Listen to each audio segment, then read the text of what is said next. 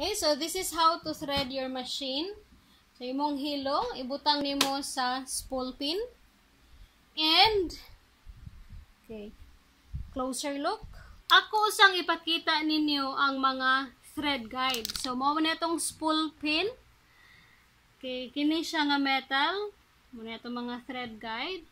And then diri naapod siya. Okay.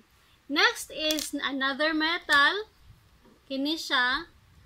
Ato pong ibutang diha ang hilo. So kina siya move up and down. Connected ni siya sa needle.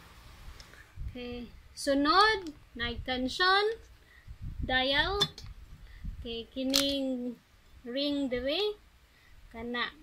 Then to the needle. Okay, so mauna ni ang hilo. Pagkahuman, ang hilo ako siyang ipaagi ani nga kuan, metal. Okay. And after dire, iagi na ko. Now sa okay.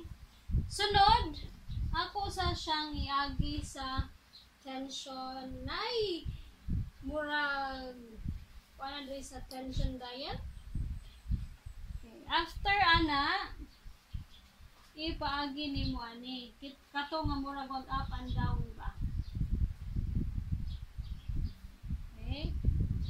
And ay gamay nga ring.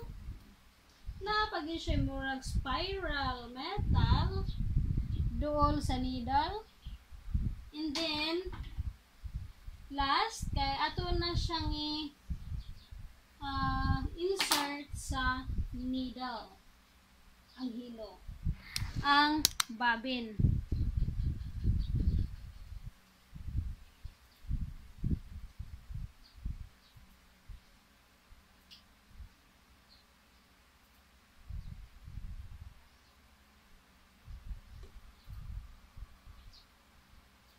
Okay. Pagkahuman ana, nana ang hilo na to dire. Inyong nakita no nga naanay thread ato ang sewing machine. So next natong buhaton is atong kuhaon ang hilo nga naa sa ubos. So imong buhaton is gunitan lang nimo ang upper thread. Unya guniti ang balance wheel.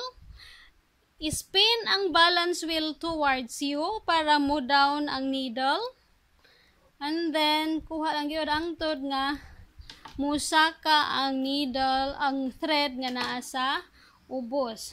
Okay, so inyong makitaan nga duha na ka buok hilo diri. Mao ni ang upper thread, mao ni ang lower thread. So ato na siyang ipailawom sa presser foot na to.